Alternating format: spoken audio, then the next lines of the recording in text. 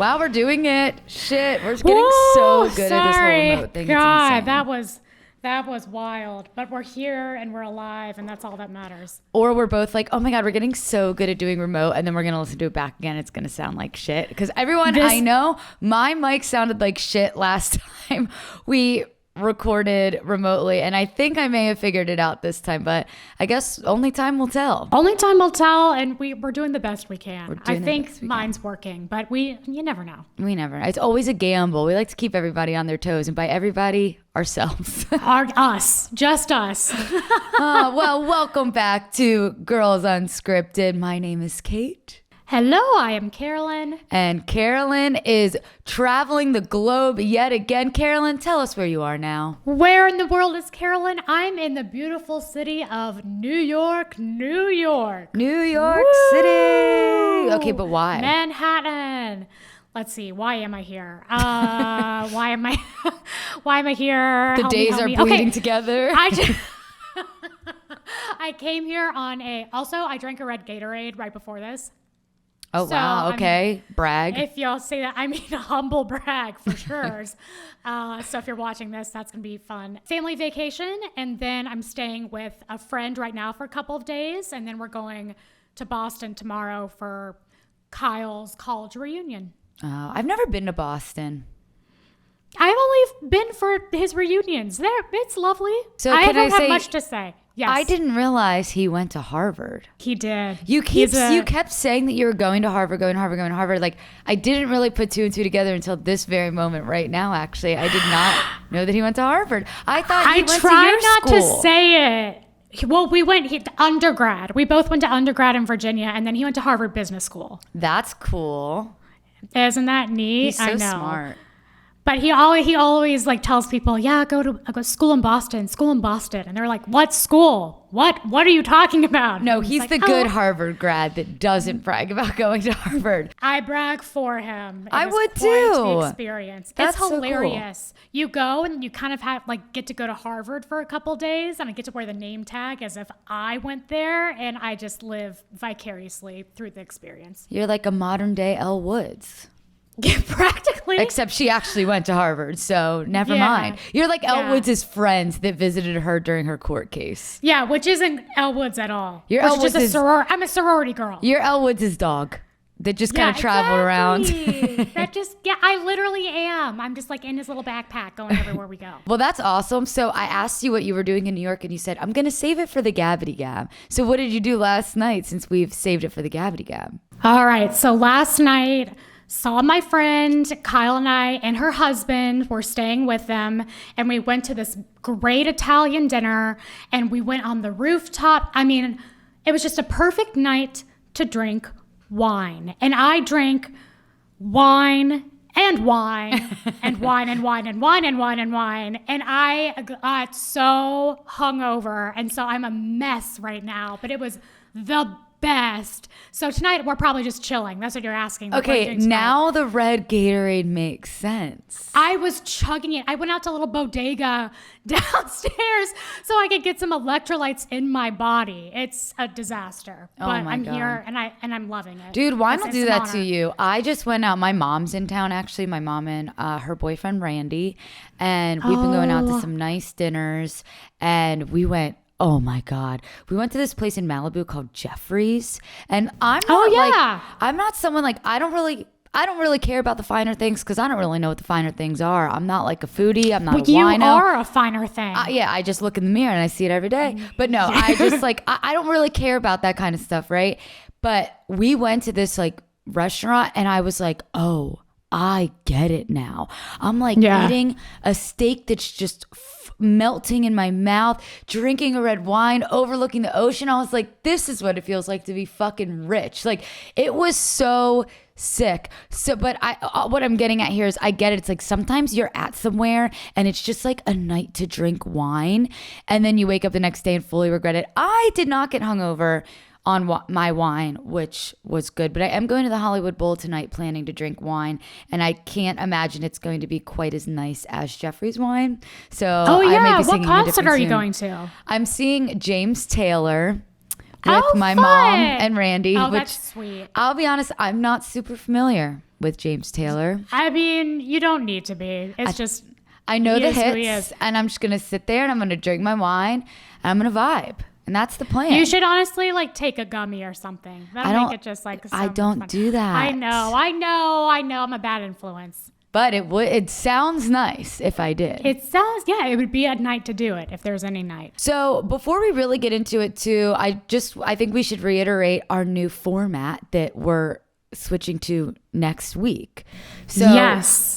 We looked at all Oh my God, is it next week? I know. Yeah. Well, half next week. So as we talked about last episode, we were kind of like floating around the idea of doing like a weekly Gab episode where we talk about like things that are going on in the reality TV world that are more than just Vanderpump Rules, and kind of extending our Gabbity Gab. And then our second episode would be recapping Vanderpump Rules from the beginning. And then our second episode will be recapping Vanderpump Rules from the very beginning. And we saw all of your comments on Instagram, on YouTube, and everyone was like, yes, do that. I love that idea. It's such a great idea. So we just needed a couple people to say yes for us to be like, great, that's what we're going to do.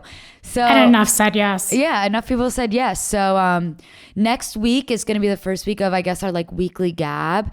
And then we're also going to go over the secrets revealed in that episode because we just didn't have time to watch it last night. There's only so many hours. We're only human. Okay. We're literally human. Or are we dancers? Or did you get that? Good one. Good lyric pull there. I like. Oh God, I feel so relieved. I did a joke.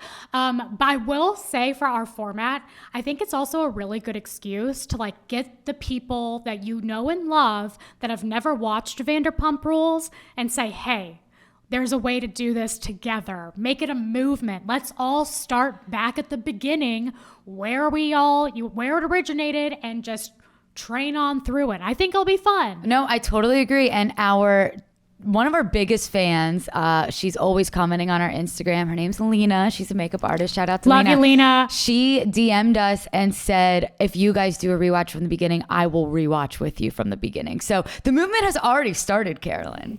There we go. We already have one. Let's make it 2, 3, 4. 5, 6, 7. So, and then we're also, next week, it's half of the new format because we're going to do the weekly Gab episode, sprinkle in the secrets revealed, and then we're still going to do our Valley episode. It's the Valley finale.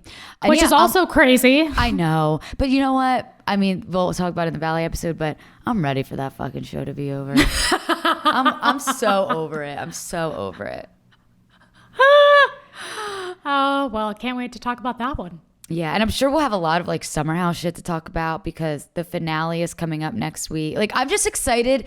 As much as I loved Vanderpump and I love doing this, talking about Vanderpump solely, I am so excited to be able to talk about some other stuff because like we've mentioned, I feel like we like put ourselves in jail. Like, no, you can't talk about that. You can't talk about that because we just don't have enough time to talk about everything. So I'm so excited to like really be able to like do that. And our tangents get so tangenty that we're like touching on 5 shows at once. And now we can do that. And it's going to be okay. No and one's it's going to be be yell. totally Not that anyone fine. would yell at us before. I just would scold myself privately like, stupid, this is supposed to be a Vanderpump Rules Kate, podcast. Stupid. You're so stupid.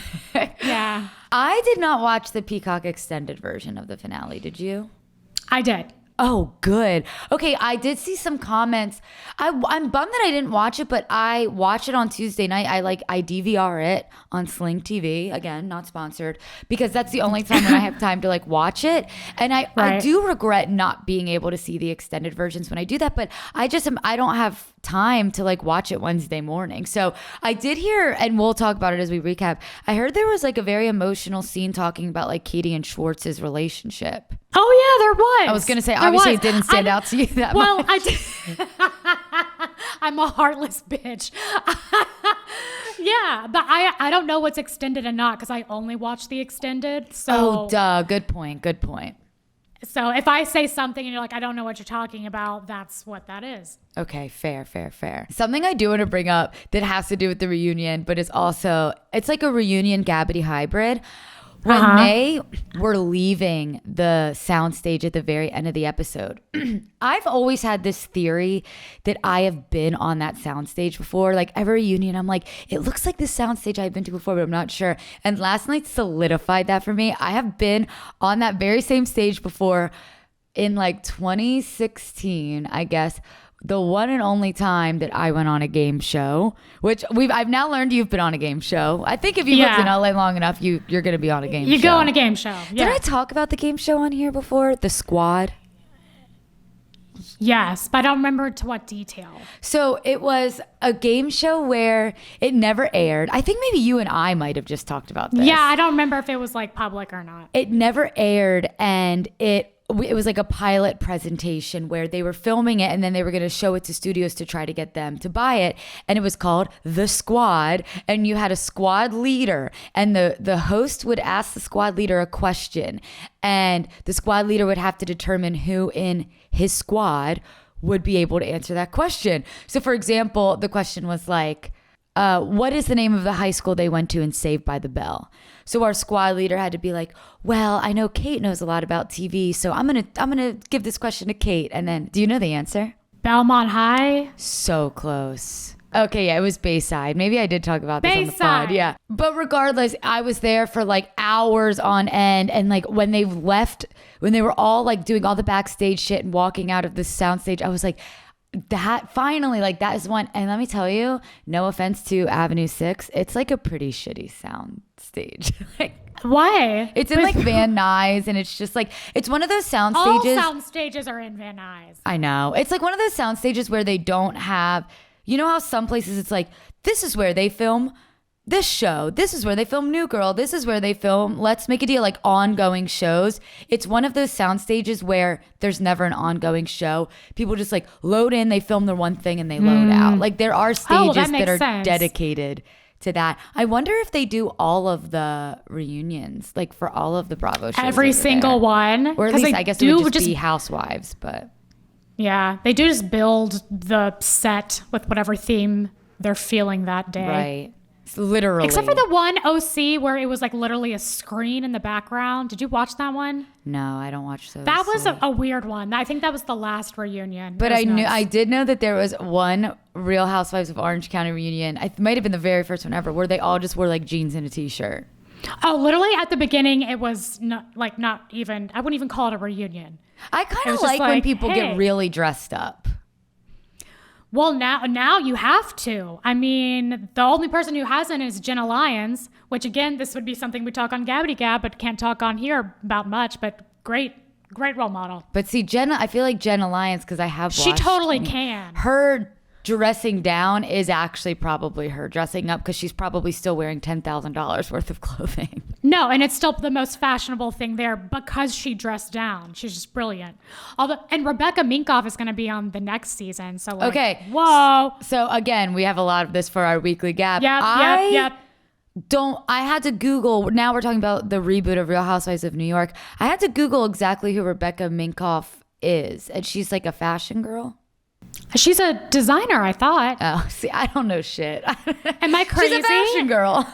Maybe, but so yes, I would think that's in the category of fashion girl. We'll do more research on that and do our weekly reality gab on that, because this is making me so excited. We have so much we can talk about then. So much. I think we should just go into it. There's a lot to get to basically just at the very end, but I have been so excited to talk to you about this. My group chats have been blowing up. All my friends on the East Coast were like, you need to tell me when you watch that finale. I'm on the edge of my seat, blah, blah, blah. So let's get into it. Yes. I'm so I'm lost for words, because I was like, I don't know if there's a lot to talk about here. But I feel like whenever I think there's nothing to talk about, you're like, there's so much to talk about. We literally do this every time. There's really not a lot to talk about until they reveal that final 10-minute finale episode or whatever. But so basically it just, speaking of not much to talk about, it picks up at Tom and James fighting about Graham, and they just sound like two little boys yelling at each other on the playground, like,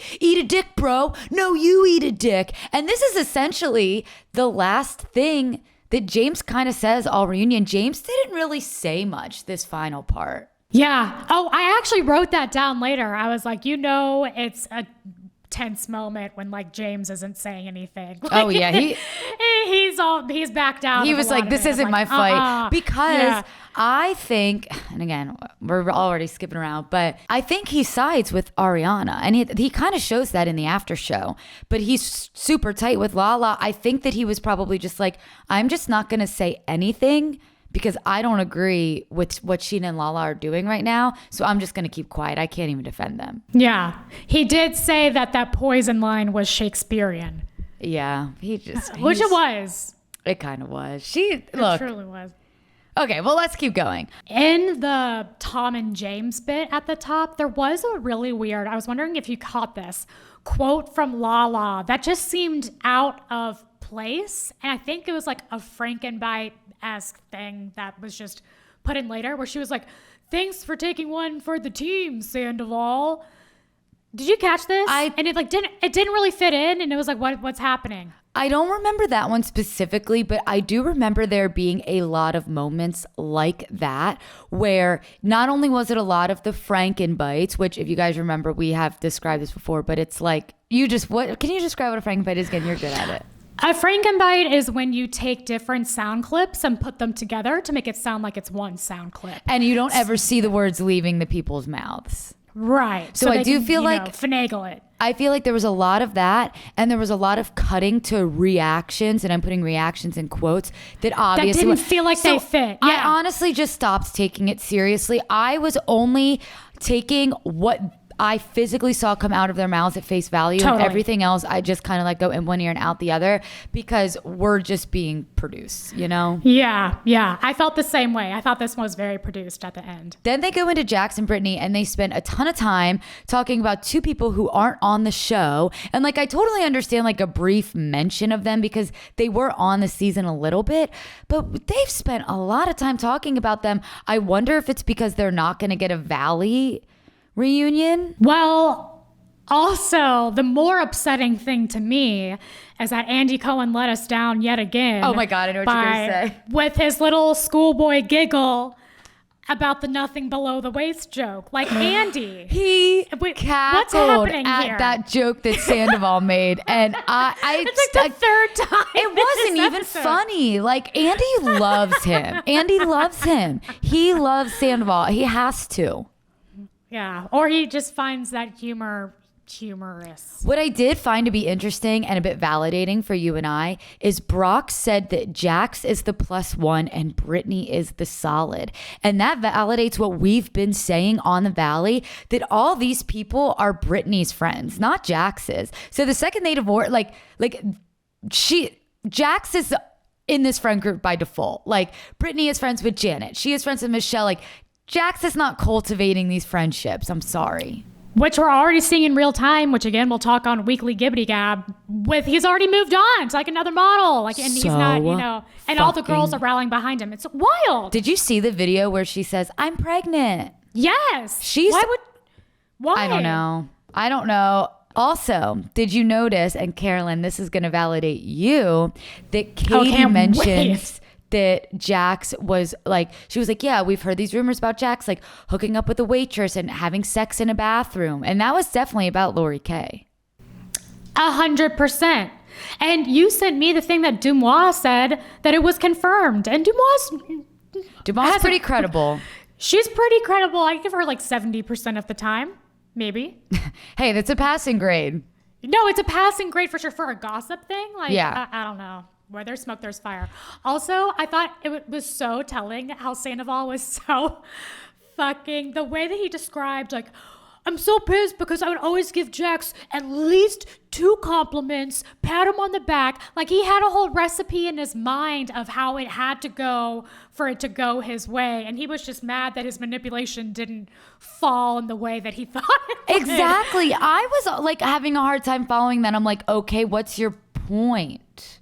Because he's like, I just think it shows that as Scheana would say, like, behind the mask, or I would say to Scheana, this is what's behind the mask, of like, he's so manipulative of like, well, I'm gonna do this and B and C and then they'll like me. He was literally showing us how he calculates his moves, and yet people are still not seeing him for what he is. He literally gave us the equation of how he calculates his moves. He got out the whiteboard and was showing us exactly. Oh my God, yeah. He wheeled out the whiteboard. He's right, yeah. Like, and still Sheena's like, but he's been a really good friend to me. He let me in that picture that one time. So funny. What'd you think about Lala getting all pissed off at this nanny debacle? She said Brittany stole her nanny from her, or no, Jax was mad that Lala stole Brittany and Jax's nanny. It was some dumbass story about being mad about the nanny. I did understand. I will give Lala that.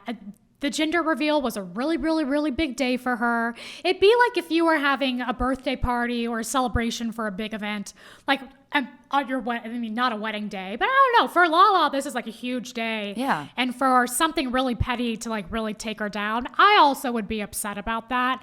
But it sounds like it was Jax. I think Jax is the one who just put a lot on Brittany, and Brittany just relayed the information and didn't know how to handle it. She wants to support her husband, but she also, has friends that aren't her husband. I saw both sides. People online are just saying this is Lala's way to try to solidify her spot on the Valley, of like, let me create beef with Brittany during this reunion so that it can be brought up on the Valley next season. Oh, I don't feel like that. I don't go that far with it. I think Lala just genuinely was pissed. Knowing her. I agree. Like, I think Lala, you know how sometimes, like, as humans, we get really mad and we'll be like venting, and then it turns into like, well, and another thing. Oh, and then they did this, and then they did, and it's like shit that really doesn't pertain to the story whatsoever. Like, that's what I felt like she was being like. I just felt like she was mad at that reunion in general and was just pulling everything that has ever pissed her off out of her ass, and that was one of them. And it's like, okay, this has nothing to do with anything. Like, this isn't our show. Yes. And she continues to do that throughout the episode, especially towards the end. It becomes like, I love Katie's quote. Per usual, God, she should just write a folio. Stop trying to get gotcha moments. Like, stop it. She kept trying to like get you with all these moments. Like, well, that's not what you said. You said you hated her. You hated her. Brittany was mad at me about my nanny. Like, it was just like, oh my goodness, girl, calm down. She is trying so hard to like burn them. Like you know, where it's like, ooh, burns, like to the point where they can't even respond, but they're all responding. Like, she is trying to do like gotcha to them. All the things she said weren't crazy things to be upset about if they were true. I think it's just how she went about it was not appealing to the audience of like, I'm going to try to trick everyone into showing how bad of a person they are. I totally agree. The next section that I found to be interesting was they talk about like Sandoval, Schwartz, and Katie. And they talk about like how Sandoval has probably impacted Katie and Schwartz's relationship. And Schwartz is like, no, he hasn't. And like, obviously he has. And they play like a 2-minute long clip of Sandoval being an asshole. And Sandoval's only response to that was like, well, I knew this would happen if you got involved with Schwartz and Sandy's. Like, we were cool before that, but you fucked it up getting involved in Schwartz and Sandy's. And Katie's like, we were never cool. Like, you never liked me. Yeah. Like, Schwartz and Sandy's would have gone that way regardless of if it were about going to the supermarket. Like, it had nothing to do about Schwartz and Sandy's. It just had to do about their lives being intertwined, and they did not mesh. Sandoval is a controlling manipulator.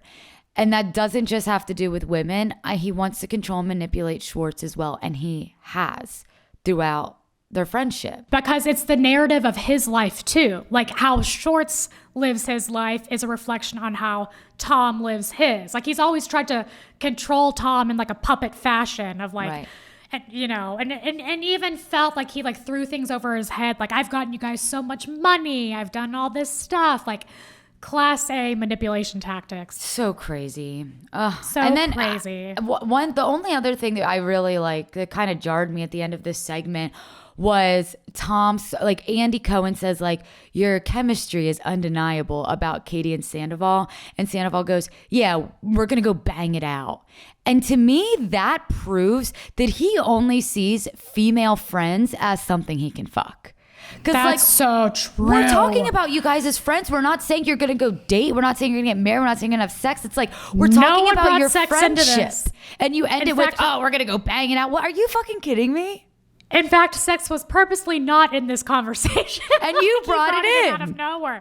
He brought it out of nowhere. I totally agree. That's a good point. Like, it's always in the back of his mind. Like, it's always like, it's like the filter that runs through every thought. Right. Like, if Katie and I get along, then we are going to go bang it out. But since we don't get along, we're not going to bang it out. Like, how does this thought reflect how I can bang something or someone later? Like, totally. It's like goes through a sift of sorts. So wild. So wild. One thing I do want to say about Scheana, I felt like got off really easy somehow. I think so too.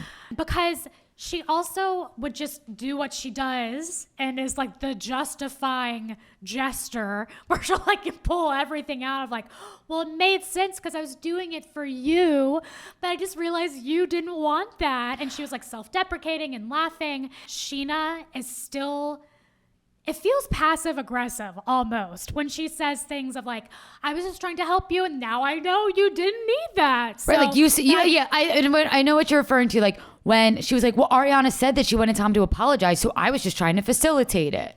Yeah, or you know, I know you just don't respond to people, so I know whenever she texts, I'm like, I gotta get on it right now. Yeah, and the second she answers, I'm like, oh, sorry guys, I I gotta respond to Ariana. This is my chance. Yeah, I noticed that too. And she thinks it's like being cute and friendshipy, but it really is coming off like passive aggressive and unhealthy. And like, I was surprised Ariana wasn't picking up on that because Ariana was still like holding her hand sort of throughout the whole thing, being like, we're family. Yeah. No, you're absolutely right. Scheana was incredibly passive aggressive. I have a shit ton to say about Scheana. I do think there's one more thing that they talked about before they revealed the big reveal. Yes. And that was Dan. Getting paid? Yes. And I had a question for you actually. What do you think about that? Like she said he wasn't going to be in the show because he didn't want to get paid. And then like, well, Brock didn't get paid. Like he should be there, blah, blah. Like, what do you think? I just want to know your thoughts on that. Here's the difference. Brock wanted to be on the show. Brock begged to be on the show. Yeah, he and Scheana have been like MacGyvering this situation so that he can be on this show. It really seems like Dan doesn't particularly like this aspect of Ariana's life. And I think that's something that Ariana likes about Dan. Like, he's not all about it. He'll go to the things to support her. He went to the whiskey thing to support her. He went to some things, but he's not going to get involved in the drama when it doesn't benefit him at all, and he's not going to get paid. Like, he's not just going to go fight with people on national television for no reason. Carolyn, I couldn't agree with you anymore. That is exactly what I thought. Like, why put yourself in this situation for free? And that just proves to me that he isn't in this relationship for the screen time or for the fame. If anything, it actually makes him look more authentic. He's actually in this for Ariana, and Ariana's like, why would he come and do this? He has friends in San Francisco. Like, we were already planning to hang. This is what the dates ended up being. Like I get it. And I feel like they're trying so hard to find a reason to like, gotcha Dan. There's nothing to get him with. Yeah. It totally feels like that. But it made a lot more sense to me when she said that. I was like, that's fair. It is fair. It made sense to me too. I'm like, yeah, I guess duh. Like, why? Yeah. Also, Dan probably realizes that Ariana doesn't even fuck with these people either. Like, if they were like Ariana's best friends and she like really wanted him to like hang out with the group and she knew it would be fun, but she knows it's not going to be fucking fun. So why invite him? Yeah, like maybe a scene with her, Katie and Dan, with people she trusts, but the not one just person. Like, the people, one person. Okay, so the reveal of the last 5 minutes. Wait. Go ahead. Sorry.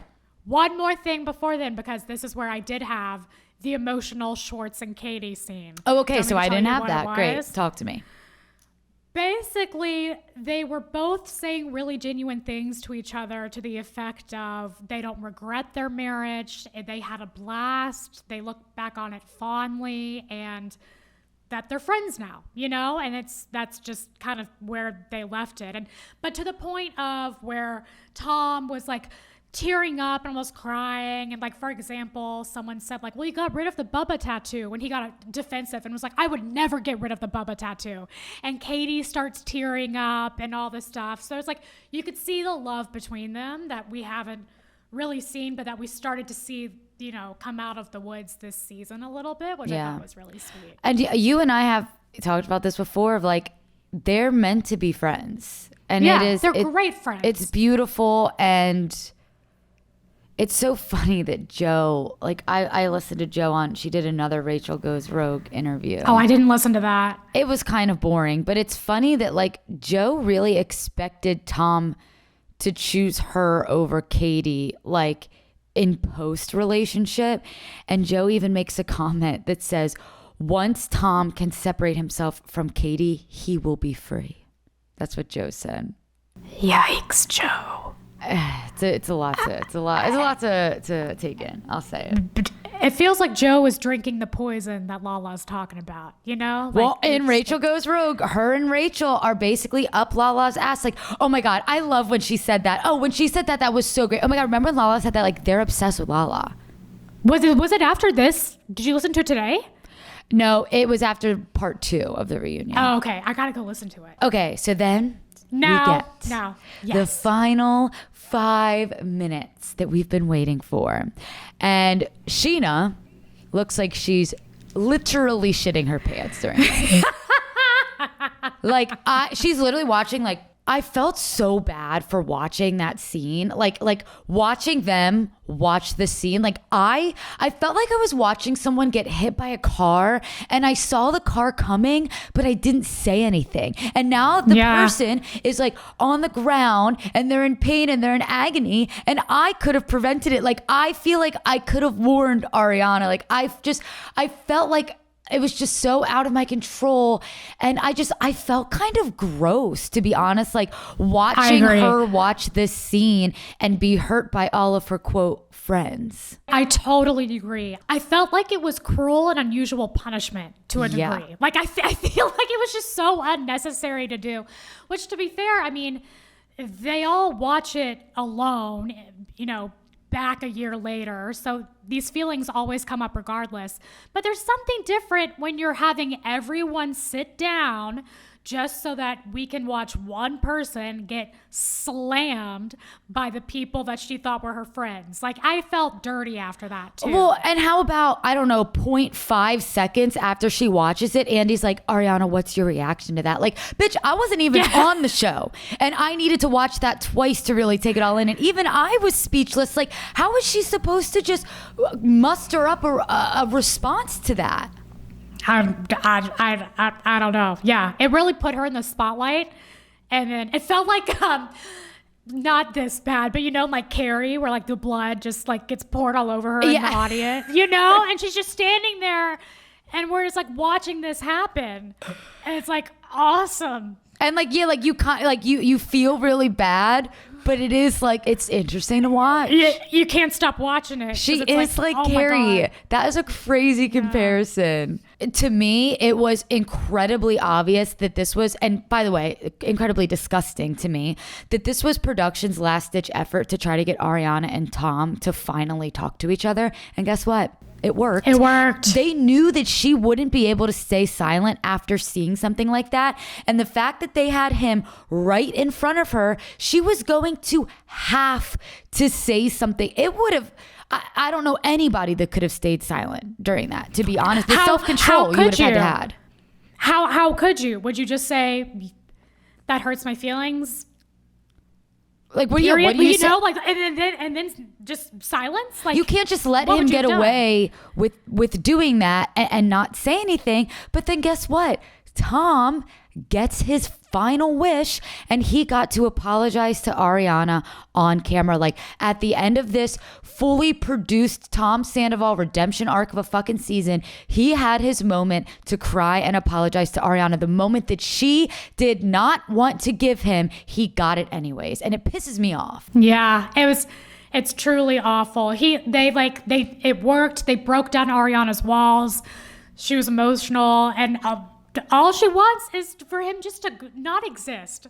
Yeah. That's all she wants. Can that just happen? And I felt so bad for her. The way that she was talking, the quiver in her voice, it was holding back the heartbreaking. tears, like it was horrible to watch. Like yeah. She was so upset. I felt so bad for her. I know. And when Lala, and I know we'll get to Lala, but Lala, let's just go for it. Let's go ahead. Go ahead. Well, in one of her rants, she's like, well, I sobbed all the time. And I didn't know why she said that. I was like, over what? And I was like, oh, is she trying to insinuate that she's a better castmate because she's sobbed more on camera? Like, that's crazy. Oh, actually, good call. I think that is what she was saying. And Ariana was like, well, Lala, yeah, I do sob, just not on camera, and that's her prerogative. Yeah. And I think we saw how she is behind closed doors, that she does cry. She's cried a lot over this. Right. It was a really traumatic thing. Right. But good on her for holding it together this season and doing as well as she did. I totally agree. And Ariana was just speaking straight facts when she says to Lala, like, you want everything to be real and authentic. Me walking away was real. If anything, what Lala wanted, what Tom wanted, that was the most inauthentic thing they could have done. They were trying to produce their own show. They did the authentic thing to them, which is just get the fuck out of there. And it was a more interesting moment. And I know, and then Lala says, oh, that wouldn't have happened if I hadn't spoken my mind, which is true, but they all spoke their mind. Right. Lala's saying, yeah, like the end was actually me yelling or whatever. Yeah, like, exactly.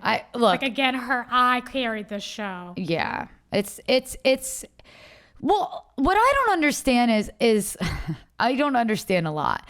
But I actually laughed, okay? I laughed at how Lala spends like 15 minutes bitching about how Ariana walked out on the show and how we need to have these tough conversations. And then Lala gets frustrated and tries to walk out of the reunion. Yeah. And she says, I never get to dictate. She's literally dictating the reunion. Like, she hasn't shut the fuck up. Like, she's contradicting herself. She's being hypocritical. She's yelling at her for walking out as she's walking out. Not only was the reunion dictated by Lala, the camera was always on Lala.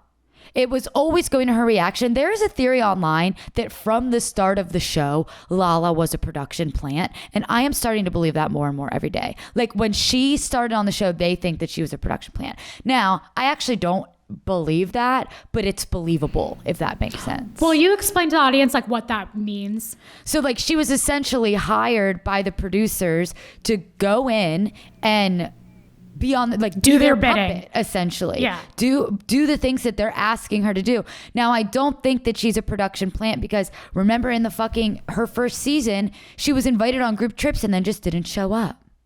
Yeah. I don't, but I think she maybe kind of became a production puppet throughout. Yeah. She thinks that's going to keep her a job. I just think she's that crazy. I genuinely just think she's that all over the board. I mean, her behavior has never been consistent in any regard towards any person, human, feeling, or thought. So why is it going to start now? And did they show this on the normal version of her talking about at the very, very end when they're all in the dressing room and she's talking about how unfair it was that she couldn't, she couldn't walk out, but like other people walked out and stuff. I was like, but you did walk out. You did do that. But I guess she had to come back. But she can do whatever she wants to do. But she probably says, I can't walk out because she knows it will be bad for the show. Ariana doesn't give a fuck about the show. That actually brings me to my next point where Lala says, if you don't give a fuck about your position on the show, I'm going to need you to give a fuck about mine. And this is coming from the girl who has gone on record multiple times saying that Ariana brings nothing to the show. She skates by. She doesn't have a storyline. So now, Lala, make up your own storyline and stop relying on Ariana to solidify your position on this show. Totally. And the fact that Lala was comparing her answering questions about Randall on a different season, saying that it's unfair she had to do that, but she couldn't walk off this episode because she just didn't like what other people were saying, was crazy to me. Like, what? How is that related at all? Randall isn't even on the show. You're being asked about something because he's like not there to talk about it. So yeah, you got to talk about it. And I don't know. I was just like, what's going on, Lala? No, I 100% agree. Her comparisons are fucking crazy because she'll say it's not the same. It's not the same. Yeah. But then she compares them. And to your point, and she's sitting there saying that she didn't want to show up at the reunion. She didn't think it was fair. How do you think Ariana felt when she had to film not one, but 2 reunions and an entire season with her cheating, lying ex? Like, you're right. In this case, your situations are not the same. Ariana's is worse. And I will say, I'll give Lisa a little bit of props for saying Ariana did show up. You can say what you want, but she's here. She's sitting here. She came to the scenes during the season. Like, she did her part. She contractually did her obligation. Totally. My note was, I am shocked that Lisa is sticking up for a woman in this cast. And she's right. I actually was incredibly impressed when she said, like, when she compared it to her time on The Housewives, and she was like, I didn't, like you said, I didn't want to see these women anymore, so I just didn't show up. And Ariana showed up. Mm-hmm. So, and she said, chill the fuck out, everyone. Yeah, this is what, like, everything was unraveling by this point. And then this is when I wrote, it's bad when James doesn't even have anything funny to say. Like, there's nothing was, oh yeah, everyone he was losing so it. over it too. Well, another part that I was like, okay, what's your fucking point? Is when Lala is saying that Sandoval was shoved down her throat. She was like, you're saying I shoved Randall down your throat. Like, Sandoval was shoved down our throats. This is the second time she's mentioned that Sandoval was shoved down her throat. I don't know if you remember that part. I missed her saying that this time. So she mentioned, I don't know, again, I don't know what point she's trying to make, but she's talking about how Sandoval was constantly shoved down her throat. And I just wanted to make a point here and say that she went on a show where Sandoval was already the main cast member for 3 seasons, mind you. And then she comes in as the new person, and he was one of the only people that was even nice to you. And if you're saying he has been shoved down your throat, that makes no sense. You joined his show. But Lala brings Randall onto the show, makes everyone play in a fucking pickleball tournament with him. If anything, she's shoving Randall down people's throats. No one shoved Sandoval down her throat. She came onto his show. I'm like, her points are just so fucking dumb. Because she did film a lot with Sandoval. And I mean, talk about production planned. It's clear that production needed someone to talk to Sandoval. I mean, they couldn't just have a season where nobody's talking to each other. Like, then that there is no show. And I think that's why the season was so up and down. I think she was saying, I did talk to him and I did do that. But here's the thing, Lala, you didn't have to. Yeah. You are your own human. You didn't have to. If you genuinely felt that, like, you didn't want to be associated with him or do scenes with him, if that's what she was implying, she also didn't have to do that. No one's putting a gun to her head. That's a super fair point. You're probably right. She was probably referring to production shoving him down her throat. People online, and I do believe this, think that producers were in Scheana and Lala's ears saying that this season is super boring. Actually, I think Heather McDonald, yeah. I think Heather McDonald said this in an interview where she said that she believes that production was in Lala and Scheana's ear saying, this is going to be a really boring season. We need something to happen. Ariana's not filming with him. There's nothing. This is probably going to be the end, blah, blah, blah. So because the producers know that this show is their life. Lala screams it from the fucking mountaintops that this is her livelihood. So they know if they manipulate these two, they're gonna do, again, puppet mastering, they're gonna do what they want them to do. That's the thing. Lala really has made it clear that she depends on this show financially a lot. I mean, and I think that's just a personal thing she needs to work through, where she shouldn't have to compromise her. I think she's more mad at herself that she's compromised her morals to do things, to be on the show, to get it more seasons, to have better ratings and all the things. And she saw someone else not do that and like hold their dignity. Yeah, she's like, pissed. well, I'm mad I did it. Wait a second. I don't have to completely sell out to be on this show. I don't have to be a disaster on TV. Like, fuck, man. She's too far gone. Something I thought to myself as I was watching was, it's interesting because so both Lala and Raquel started on the show in later seasons. And when they both started on the show, separately obviously, they were not liked amongst the friend group. They weren't accepted. And Ariana was one of the only people, her and Tom, but she was the only girl that was nice to them, that tried to help them feel accepted into the group. And look where that fucking got her. The two girls that she was honestly there for have just completely fucked her over. One literally fucked her over. The other is just a fucking asshole to her. Yeah. It'll be interesting what happens from here. I mean, I think Ariana's done. I don't think we're going to see her again. Did you say that there were talks of maybe a Katie spinoff or maybe a Katie Ariana spinoff? I saw that somewhere and I was like, oh, well, I don't know if I'd watch that. The thing is what would happen What's is the drama these Bravo fans are like hardcore.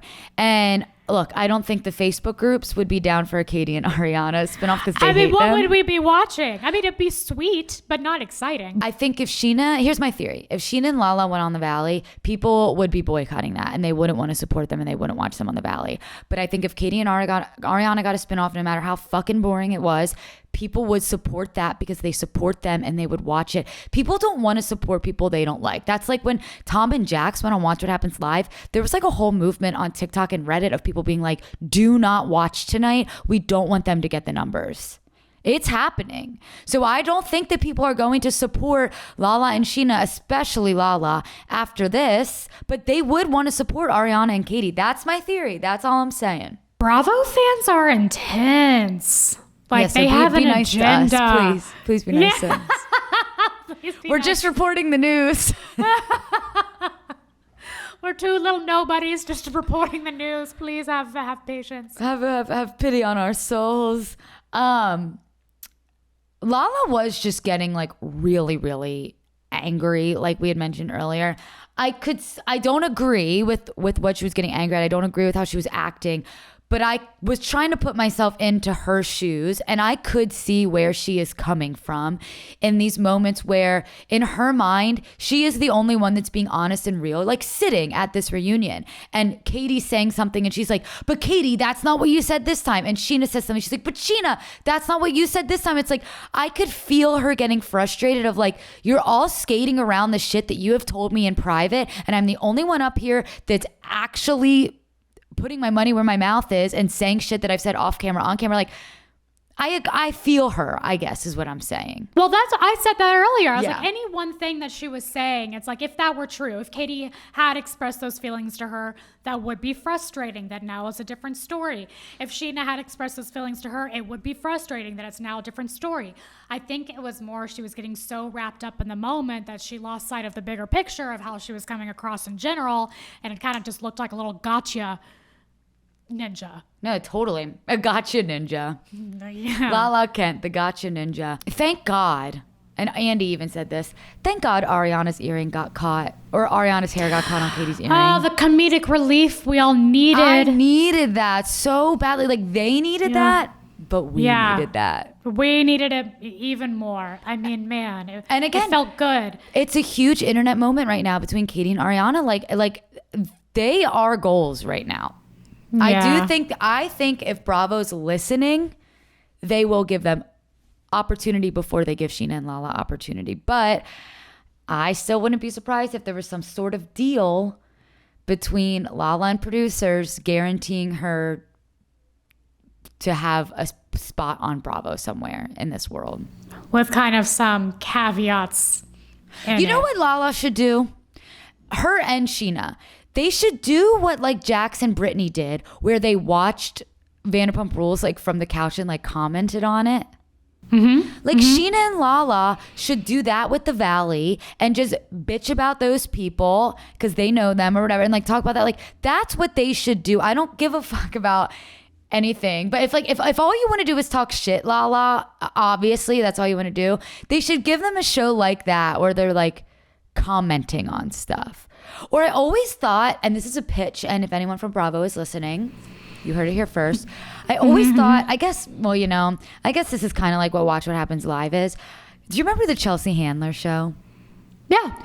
Remember how, I don't know if it was every night it was on, but like they would have like a round table of comedians and they would just kind of like talk about what was like going on in the world and they'd laugh and they had their jokes, blah, blah, blah. Like there should be something like that on Bravo where it's like a revolving table of like different Bravo celebrities just like talking about shit that's going on in Bravo. Having their own gibbity gab. Having their own, yeah, give it a gab. That's what I'm saying. Like maybe you and I could like start it. Yeah, Bravo and we executives. just like, I don't know. But like, slide on in there. It gives the opportunity to people instead of like giving out Bravo shows that no one necessarily asked for. For example, The Valley. Granted, we all kind of like The Valley, but in the beginning, everyone was like, we didn't ask for this show. We don't need this. How about it? But everyone wanted to see Jax and Kristen back on their screens. Do like a middle ground show where they could be recurring people and we just chit chat with them. Like all these like new show, like all these spin-off shows, it's like it is getting a bit exhausting, but we don't want to lose these people forever. I feel like there's something there. That's all I'm saying. I totally agree with you, and I think that should be put into motion ASAP, but I just don't think it's going to happen. I think it's just the easiest move is to shuffle them onto the Valley. I think Scheana and Brock, Sheena's clearly had her hands in this business-wise with the whole Brock situation. Like, she has, and she's so tightly wound that know she's been thinking about this for a long time. Like, I bet they go, and I bet Lala's going to be offered to go too, which, to be honest, and I can't believe I'm saying this, like, it's sad to me that we got to this point, because I start the season like a Lala stan. Always, like, yeah. And now I'm like, to be perfectly honest, I think I could use a pause. Yeah. I think I could use a pause from her on the Valley. It's just a lot, right? As she would say, it's a lot. It's just a lot right now. It's a lot. It's a lot. So if we can just have a little, a break of sorts. But I think they're going to offer it to her. And I think she's going to go. Unfortunately, I do agree with you. Tom Schwartz went on Kristen Doute's podcast, I think like last week, and he was like, maybe I'm delusional, but I don't think Vanderpump Rules is over. I think this pause is truly to just like give it a break and let it breathe because it needs to breathe. And he is right. I think once these people and Andy said that. What'd you say? And Andy said that too, of like it needs to breathe. But Andy doesn't, I've learned Andy doesn't really know anything about like like it's not his show. Like he says shit, but I feel like he just talks sometimes. No offense, Daddy Andy. Don't forget, same birthday. We love you. But I guess he's more brother Andy than Daddy Andy. But Gemini Andy, twin Andy. I do think that get them off of our screens for a little bit. Let me miss them. I haven't missed them at all. Exactly. It happens to everyone. It happened to Anne Hathaway. It happens to lots of celebrities where they just, it's a lot and we just need to miss them. And then they can come back and it's not so bad. Even when I watch Survivor, like you're when you do like these like competition shows where you get voted out, right? You can't be posting shit while the show is airing because everything has to stay a surprise. So when I watch Survivor, like I can't fucking wait for the next episode to come out because like I need to know what Kenzie thinks. I need to know what Liz is gonna do. Like I crave seeing these people again because I only hear from them once a week. They're not going on podcasts. They're not on Watch What Happens Live. Like I enjoy that break. And now, after if any of our listeners watch Survivor, these fucking cast members might as well be on reality TV because they're literally doing cameos for people just talking shit about the other castmates. It's actually crazy. But so now I don't miss them anymore. I've got all I need. But like I just feel like let's take a note. There's too many podcasts. There's just too much. But I will say again, that intel that I received last week. I mean, I think they're trying to recast it. I think they're going to try to recast or add a bunch of new members and kind of start it afresh. Yeah. That's what I think they're doing. And that'll take a beat. How about at the very end when Andy asked, does anybody have any final words? And Scheana comes crawling back. I just want to say Lala was my rock this season. My jaw was on my goddamn carpet. Came through out of fucking nowhere to support Lala. Lala must have made it very clear that it would be in Scheana's best interest to say something right now, or else it's not going to be good for her later. And then that was solidified when she whispered, is she still mad at me? So I was like, oh, that's exactly what happened. I out loud went, oh my God. And literally thought to myself, the internet is going to have a fucking field day with this one. Because everyone's always like, Scheana loves to make it about her, blah, blah, blah. I think what they were trying to do at the end was say like, I just feel like she's still mad at me. So people weren't sure if Scheana meant Ariana or Lala, but she obviously meant Lala. Also, in between the commercial break, when Ariana is sobbing in Katie's arms, Scheana, blinders on, didn't even fucking look at her, went right up to Lala. Didn't even console Ariana at all. Yeah. No, it's very clear where loyalties lie. But I was also aghast that she did something like that out of thin fucking air. Like, anything else to say? Yeah, let me just go on a rant for 2 minutes about how much I love Lala. Like, what? It was crazy. I've seen online people just saying like Scheana is so weak. It's kind of like the equivalent to like your middle school bully of being like, well, you didn't like say something or else I'm mad at you. Go say that to her or else I'm going to be mad at you. And I saw someone on Reddit say that, which this is an interesting comparison, how Lala is to Scheana right now is how Stassi was to Scheana in the beginning, where Scheana just like... Oh, interesting. I don't think quite as much, but there was that bit, I think it was after Scheana fucking spread Stassi's sex tape around, which we really just don't talk about enough. Where she was essentially like tail between her legs, like asking Stassi out to get drinks, like trying to get her to like her. And Stassi was just like, you know what I mean? Like, it's an interesting comparison. Yeah. She needs stronger convictions of her own. Yeah. They're just not there. Lastly, I did love, and I think it was needed, Schwartz's final words of like, we're talking a lot about this being a show and a job, but I just want to say like, you are all my family and my friends and I love you. Like, he needed to say that to tie it together, because basically this whole third part of the reunion is a fourth wall break, and of them saying essentially we were doing all this to try to save a show and get a fucking paycheck. And Schwartz is just sitting there like, yeah, but like I also love you guys. Like, it is kind of real. It was such a Schwartz thing to do. Like, I do love everybody. You're all family. I mean, and every show says that, and it's like the biggest piece of bullshit they can all say. Like, yes, your family, you work together. You've worked together for 10 years. Like, that's family.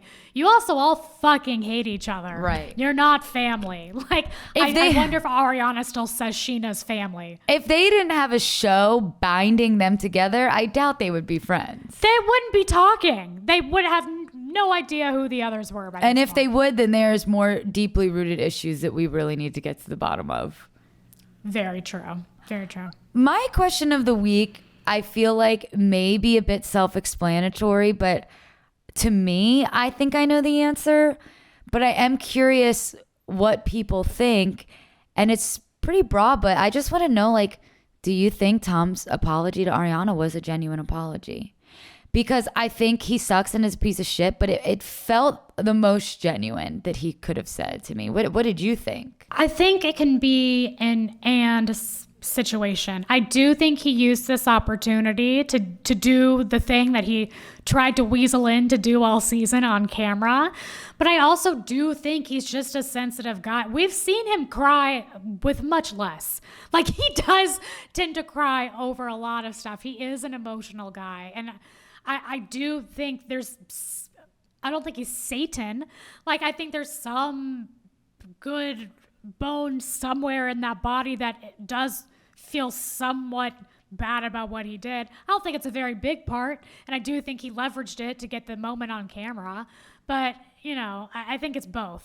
Yes, was there a little innuendo there saying there's some bone in his body, but I don't think it's a very big one? Wink, wink. I'm that smart that absolutely that's what I was thinking. Sometimes you have to read between the lines on Girls Unscripted. Wink, wink, nudge, nudge. We're dropping Easter eggs left and right. Left and right. We're like Taylor Swift. We have our new album in the background. Shout out to the Swifties out there. Also, Anne giving out sandwiches at the end. Great. And Tom making a really awkward joke about his sense of humor. He's is so not bad. funny, actually. He's so it is not so funny. bad. But that, you know, a tiger can't change his stripes. So maybe it was good to see it one last time. Do you think Right. we'll see Tom again on our screens? Ooh, that's a good question. Or the other Tom? What's going to happen to them? I think they'll both start doing guest spots on the Valley until people hate them less, and then they'll become full-time. Because I don't think that Jason and Luke and Danny are enough drama to keep a reality show going. It's not, yeah. Right now, it's really just Jax and Jesse. So Yeah. I think they might bring the Toms in. And I know Schwartz, for a fact, is like pretty good friends with Jesse. So it would make sense for Schwartz to be on. Yeah. I feel like people like Schwartz. I would love to see Schwartz. I'm fine with him still there. Well, I know I like Schwartz too. And like, I know I shouldn't, but I do. I know. He's the worst, but Yeah. that's why we like to watch him. Yeah. Carolyn, this could possibly be the last episode of Vanderpump Rules ever. Well, now don't make me get all Sandoval-y. I think I might cry. If I cry, I'm really bad with stuff like this. I'm just going to say, we don't know. We don't know. We don't know. And I think the intel I got was really telling. I do think they're trying to make it not be. I really think there's something cooking. Yeah. And look, logistically, if the ratings are good, people just want money and they're going to do this show as long as they can. I mean, the Housewives have been going on for longer seasons, so. Yeah, and it won't be Vanderpump Rules itself. Oh, I have goosebumps saying this. Vanderpump Rules itself might be closed, but we're still seeing the characters live on in some capacity, or most of them, you know? So it makes it an easier goodbye, if you will, if it is the last one. They're never not going to be on our screens, in our phones, on our TVs, which is why we're going to do a weekly reality gab so we can keep up with them. Ayo, great plug. You tied that in together so well. Yeah, flawless, seamless even. Seamless. Oh, did you see all the YouTube comments about people really like the ASMR? I was floored. I was so honored. It was a privilege and an honor to read those. And I was like, I even felt guilty for a second that I doubted my own convictions. And I'm ready to commit for me, you, and everyone listening. Well, I do think it was good that you did see a comment that said that they didn't like it and whatever. So you were like, let's just not do it and see what happens. And we saw what happened. People said they liked it. So I think you have the floor. All right. So, and I think we also just can give the caveat every time that if it's not your thing, then we'll say goodbye to you right now. Goodbye. Bye. See you next week. And if it is your thing. Now the real ones are still here. Now your real ones, yeah. We'll give you a code for $1,000. No, okay. But I do want you to relax. I want everyone to relax. Maybe lay down with a nice lemonade by your side with a straw. And listen to some Vanderpump ASMR. Okay, ready? My own boyfriend with the whore over there. Who was it? Okay, first of all, I just have to say, since we're on Zoom, the Zoom wasn't picking up the whispering at first, so I actually didn't hear anything except for whore over there. So that's all I needed, baby. Katie Maloney, season 2, after Scheana was giving Peter a lap dance on his birthday. Bingo, bingo, bingo. God, you know, you're so good. I mean, that's one of the best ones. With the whore over there. It's so good. It's so good. I can't wait to hear that in the edit because I really didn't hear I couldn't hear you I whisper hope in the it beginning. gets there. Yeah, we'll see if this picked it up. All right, we've got an episode of The Valley to go recap. We got to go do it. And I've got to get some chargers because things are dying on me. The woes of remote. Oh, the woes of remote technology. But as always, thank you to everybody listening. We are absolutely just happy as little smitten kittens over here with everyone listening and tuning in and commenting and engaging. Please keep it up. We are so, so grateful. Rate, subscribe, like, tell your mom, tell your dad, talk to your dog about it, whatever you can. It helps us out. It's the only reason we keep going. It's awesome. You Yeah. guys are the best, for real. For reals. There also was one comment of someone was like, you know what, I gave this a shot. You talked too much. It wasn't for me, so I stopped listening. And I responded, and it was just like, I respect the honesty. Thanks for giving us a try. Well, we talked about that when we were editing. It was like, this was a lot of gabbity gab. Should we cut this out? Let's not cut it out and see what happens. Hey, and we And saw it what did pretty happened. well. That person didn't like it. That's okay. Not everyone's going to like us. Yeah, this is a lot of test sampling, all the things. Definitely. R&D. All right, so let's stop recording, and then we'll start recording our Valley episode. What do you say? I say yes, yes, yes to the dress. All right, to the Vanderpump people, goodbye. Thank you for listening, and we'll see you on the Valley. See you on the Valley. Bye.